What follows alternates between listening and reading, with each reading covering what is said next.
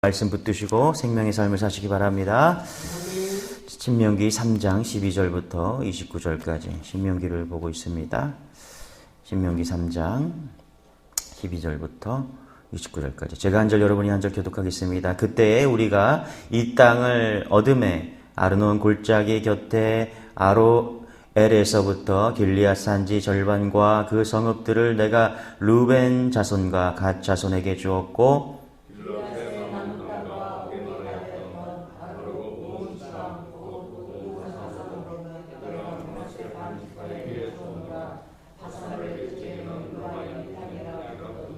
므낫세의 아들 야일이 그 술 족속과 마아가 족속의 경계까지의 아르곱 온 지방을 점령하고 자기의 이름으로 이 바산을 오늘날까지 하봇 야일이라 불렀으니라. 르벤 자손과 갓 자손에게는 길리앗에서부터 아르논 골짜기까지 주었으되 그 골짜기의 중앙으로 지역을 정하였으니 곧 암몬 자손의 지역 야복 강까지며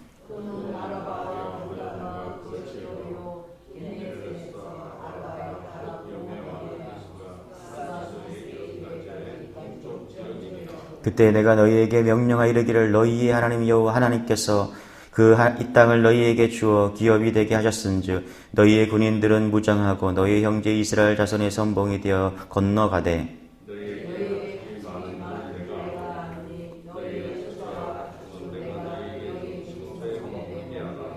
여호와께서 너희에게 주신 것 같이 너희의 형제에게도 안식을 주시리니 그들도 요단 저쪽에서 너희의 하나님 여호와께서 그들에게 주시는 땅을 받아 기업을 산기에 이르거든 너희는 각기 내가 준 기업으로 돌아갈 것이니라 하고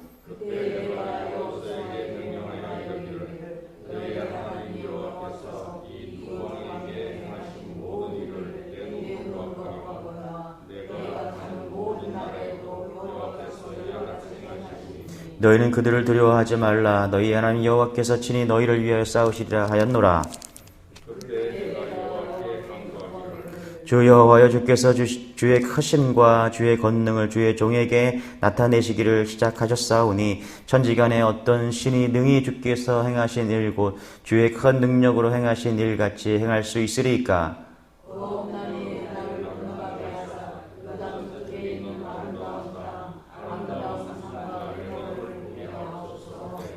여호와께서 너희 때문에 내게 진노하사 내 말을 듣지 아니하시고 내게 이르시기를 그만해도 족하니 이 일로 다시 내게 말하지 말라.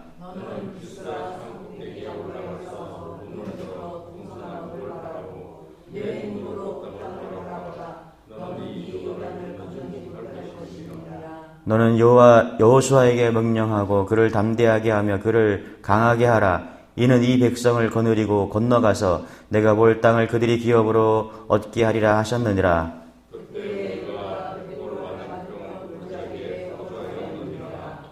아멘. 할렐루야.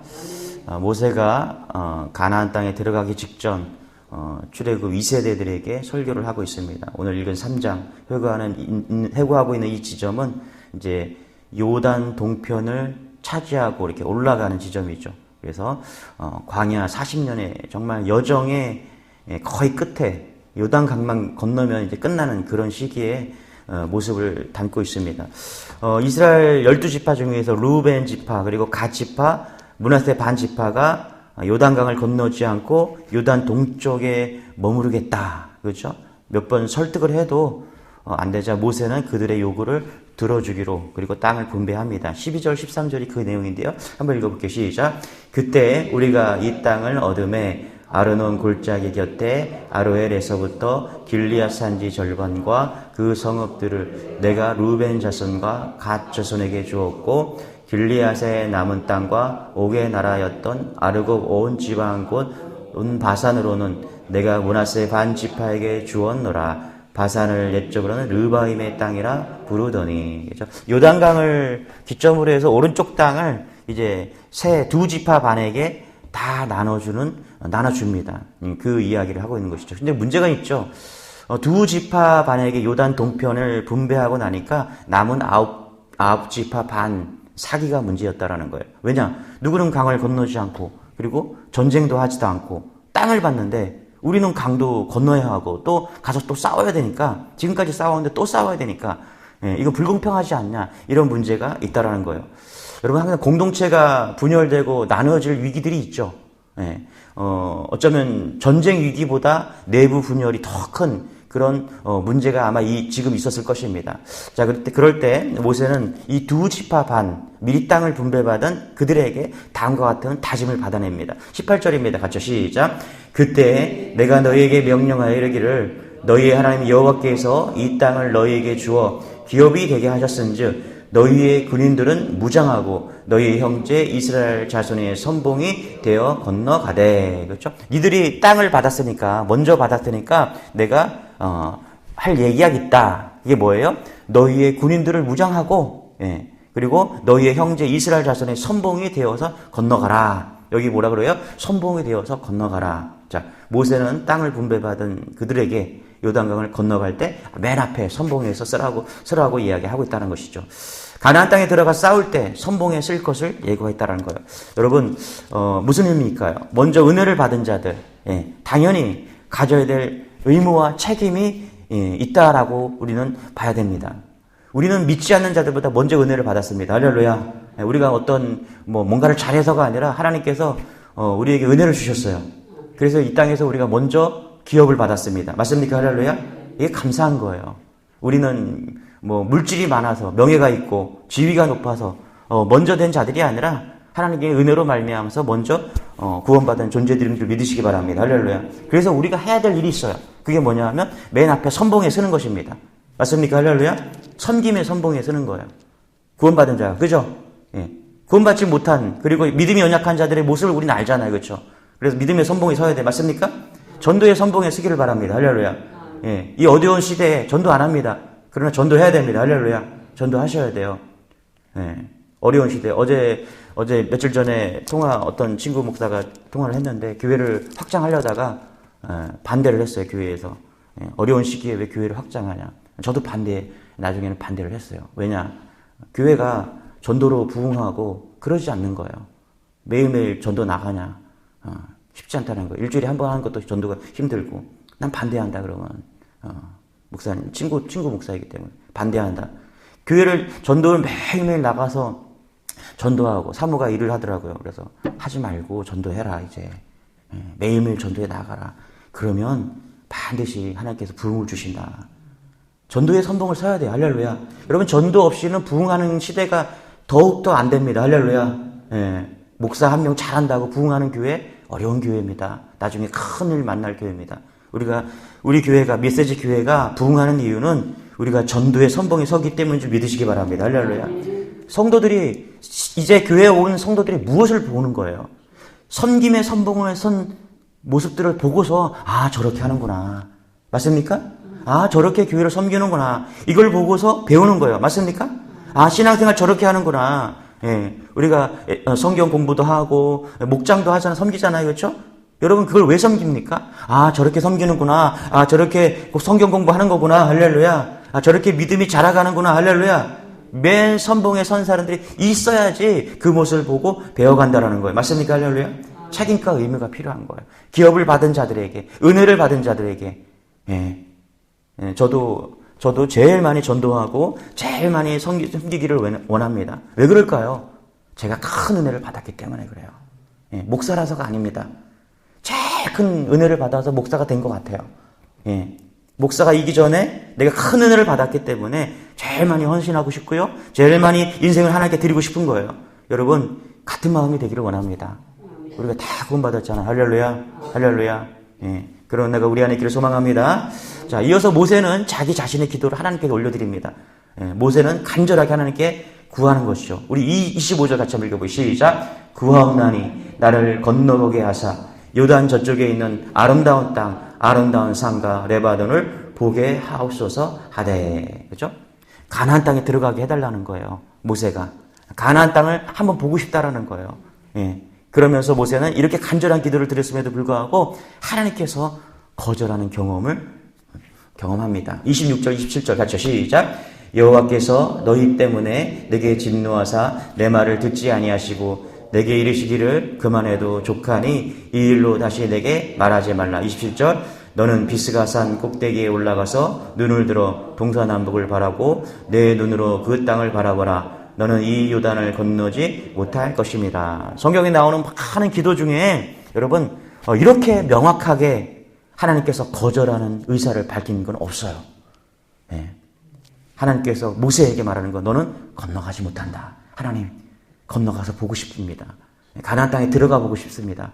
모세가 그렇게 해달라고 기도했는데 하나님께서 명확하게 너는 건너가지 못한다. 너는 가나안 땅에 들어가지 못한다. 이 일로는 다시는 나한테 기도하지 마라. 예. 모세는 왜 출애굽 2세들에게 지금 거절받은 기도에 대해서 말하고 있는 것일까요? 이 신명기가 이제 회고하면서 2세들한테 지금 설교하고 있는 거잖아요. 그렇죠? 마지막 유언처럼. 여러분 왜 모세가 자기가 거절받은 기도, 자기가 능력의 종인데 이렇게 하나님께서 분명하게 거절한 기도를 지금 이야기하고 있는 것일까요? 여러분 우리가 하나님께 드리는 기도 중에 거절당한 기도가 정말 많습니다. 맞습니까? 우리가 생각하기 싫은 거예요. 우리 아이들이 저한테 해달라는 거 되게 많습니다. 어제도 아빠 와서 기도 속으로 아이스크림 먹고 싶어요.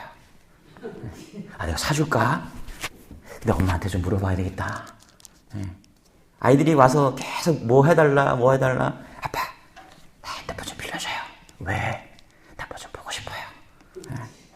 근데 엄마한테 한번 물어봐야 되겠다. 가정교육은 다 엄마 몫이에요. 아빠한테 오면은 어떤 거는 해주는데 어떤 거는 제가 안 해준 게 더 많아 보니까 생각해보니까 그런 것 같아요. 우리도 여러분 한번 생각해보세요. 우리가 신앙생활을 하면서 하나님께 기도해요. 그렇죠?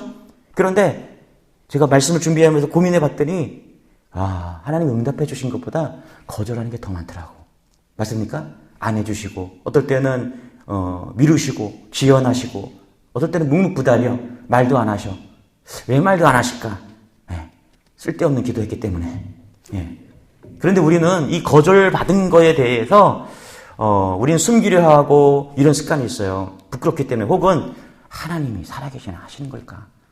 하나님 살아계십니다. 할렐루야.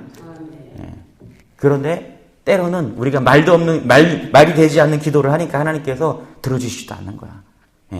들은 척도 안 하는 거야. 여러분 거절 또한 응답인 줄 믿으시기 바랍니다. 그건 안 된다.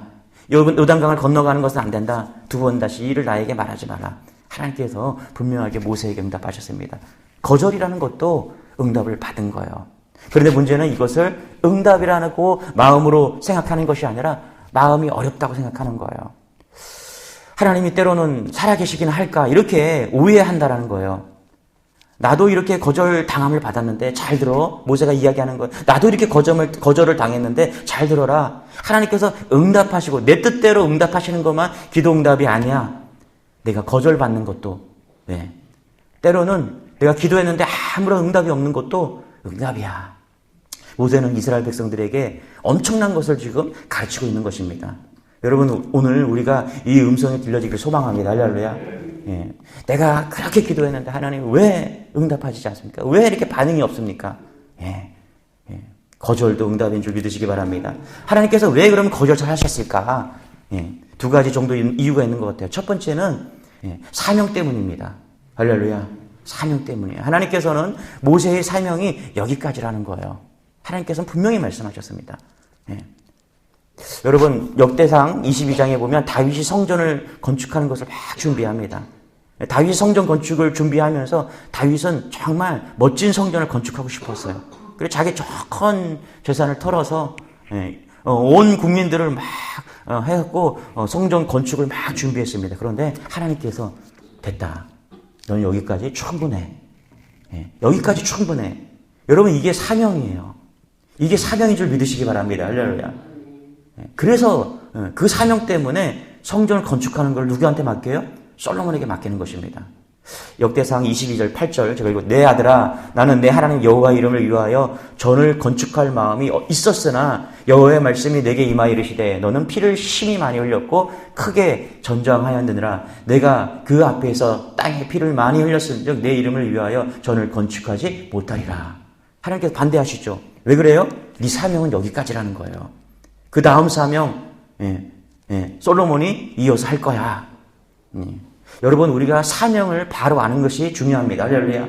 해야 할 일이 있고 해야 할 일을 최선을 다해서 해야 될 일이 있어요. 뿐만 아니라 자기가 해서는 안 될 일이 있다라는 거예요. 물러설 때가 있다라는 거예요. 그만둬야 될 때가 있다라는 거예요. 맞습니까? 할렐루야. 그 때를 알아야 돼요. 내가 나아갈 때와 멈춰설 때와 또는 후퇴할 때를 알아야 된다는 거예요.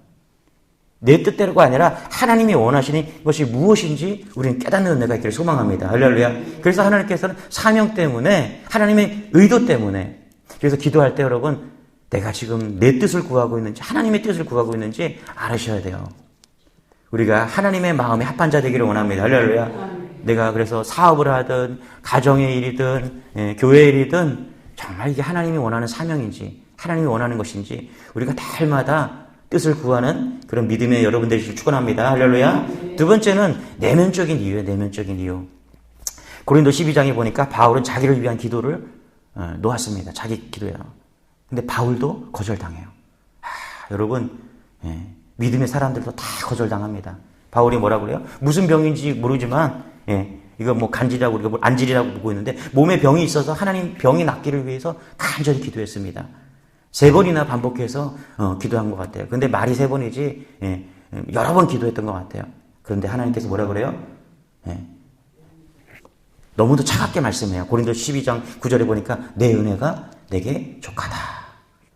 그러니까 병 고쳐주지 않겠다라는 거예요. 그리고 다시는 이 문제로 나한테 기도하지 마. 이렇게 하나님께서 응답을 주셨습니다. 인간적으로 보면 바울이 참 서운했을 것 같아요. 그리고 명분도 있잖아요. 뭐라고요? 하나님, 내가 이렇게 선교 많이 했는데, 평생 선교했는데, 건강을 주셔야지, 더 열심히 전도하지 않게 더 열심히 선교하지 않겠습니까? 병으로 고생하면 사역하는 데 지장이 있고요. 교회에다 큰 짐이 되니까 주님을 위해서 병을 고쳐주세요. 근데 바울이 깨달은 거예요. 고린도 후서 12장 7절에 자기가 하나님께 받은 것이 너무 많아서 교만하지 않기 하시려고 이 병을 몸에 가시에 두르고 하셨다라는 것입니다. 이 병마저 낫게 하시면 자기가 너무 교만해져서 하나님을 의지하는 것보다 자기 능력을 의지할 가능성이 있다는 것을 바울이 깨달은 것이죠. 모세도 그런 것 같아요. 모세도. 지금 모세가 어디서 죽었는지 묘지를 찾을 수 없다고 하잖아요. 만약에 모세가 여러분 가나안까지 들어갔다면 가나안에 들어가서 이스라엘 백성들은 어쩌면 모세를 갖다가 신격화했을지도 모릅니다. 여러분 은혜가 족하다는 것을 깨닫는 은혜가 있기를 소망합니다. 할렐루야. 기도를 했는데 응답받지 않았어요. 그런데 깨달아야 될 것이 있어요. 은혜가 족하구나. 거절도 은혜구나. 쉬는 것도 은혜구나. 나이 먹는 것도 은혜구나. 할렐루야. 어떤 부부가 있었는데 참 오래전 얘기입니다. 이 부부가 너무 완벽한 가정이에요. 생긴 것도 키도 180에 아내도 아름답고 카센터를 가지고 있는 그런 집사님 부부였어요. 돈도 잘 벌고 완벽해. 성격도 얼마나 좋은지 두 분 다. 남자는 온화하고 여성분은 은행에서 그 은행원이었는데 은행의 홍보 모델이었어요. 얼마나 아름다운지. 근데 이 가정이 10년이 지났는데 아이가 없는 거야. 아이 달라고 기도하고. 그 가정이 우울해. 하나님을 믿고 봉사도 열심히 하고 하나님 다 완벽해 주셨어. 교사로도 저랑 같이 교사로 섬기면서 그렇게 열심히 신앙생활을 한 거야. 근데 이 집사님의 기도는 한 가지야. 자녀를 갖는 거야. 오랫동안 한 3년, 4년을 같이 이렇게 교사를 섬겼는데 이 가정이 한 가지 문제 때문에 우울한 것을 보게 됐어요. 저는 이해가 되지 않았어요. 그래서 이런 얘기를 나눴던 게 기억이 납니다. 선생님, 아이가 없다고 너무 가정이 우울하고 힘들어하지 마세요. 만약에 하나님께서 10년이 지난 자녀를 주지 않는다면 이제 기도 응답이 된 거라고 생각하시고 하나님께 기쁨을 찾아보세요. 그래서 이분이 감사하게도 우리가 2년 더 작정하고 하나님께 자녀를 달라고 기도하고 안 주시면 입양을 하기로 결정을 했어요. 근데 그렇게 결정을 하고 같이 기도를 하는데 이 가정이 회복되는 것을 보게 됩니다. 그동안 10년 동안 기도했는데 하나님, 이건 무조건 받아야 됩니다. 하나님, 이건 무조건 주셔야 됩니다. 근데 제가 볼 때 그것까지 주시면 안 될 것 같은 거예요. 그래서 이야기해서 기도 제목을 나눴더니 너무 감사하다고. 2년, 우리 남편이랑 2년 동안 더 기도하고 자녀를 안 주시면 그때는 그것이 하나님의 응답이라고 생각하고, 입양하고, 또 없으면 없는 대로 그렇게 기쁨을 회복하고 살고 싶다라는 거예요. 여러분, 우리가 하나님의 뜻을 분명하게 알기를 원합니다. 내 뜻을 맨날 관철하려고 기도하는 것이 아니라 오늘도 우리가 기도할 때 하나님의 뜻을 알고 하나님의 뜻과 맞춰서 기도하는 은혜가 있기를 소망합니다. 설령 내가 소원하는 게 있죠. 내가 원하는 것이 있죠. 그러나 그것이 응답되지 않을지라도 혹은 반대로 될지라도 거기에 하나님의 섭리와 하나님의 뜻을 해석할 수 있는 그런 믿음의 성장이 우리 안에 있기를 소망합니다. 기도하겠습니다. 하나님 감사합니다. 오늘도 말씀으로 하루 시작하게 하시니 감사합니다. 모세가 일평생 그렇게 하나님께 쓰임받았지만 가나안 땅에 들어갈 수 없었네요. 하나님, 무엇을 말씀하십니까? 응답되지 않는 것도 은혜인 줄 알게 하여 주옵소서. 거절도 응답인 것을 깨닫게 하여 주옵소서. 우리의 뜻을 구하는 것이 아니라 나의 뜻만 관철하려는 기도가 아니라 하나님의 뜻을 알고 하나님의 마음에 합한 기도, 사명을 깨닫는 기도가 되게 하여 주시고 우리가 사명 따라가는 인생 될 수 있도록 은혜를 더하여 주옵소서. 오늘도 놀라운 하루 되게 하여 주시고 주의 영광이 드러나는 하루가 되게 하시고 영혼을 구원하는 하루 될 수 있도록 역사하여 주옵소서. 감사드리며 예수님의 이름으로 기도드리옵나이다. 아멘. 우리 말씀 부여잡고 주의 은혜를 주고 기도하겠습니다. 주여, 주님 감사합니다. 아버지 감사합니다. 우리를 붙들어 주옵소서.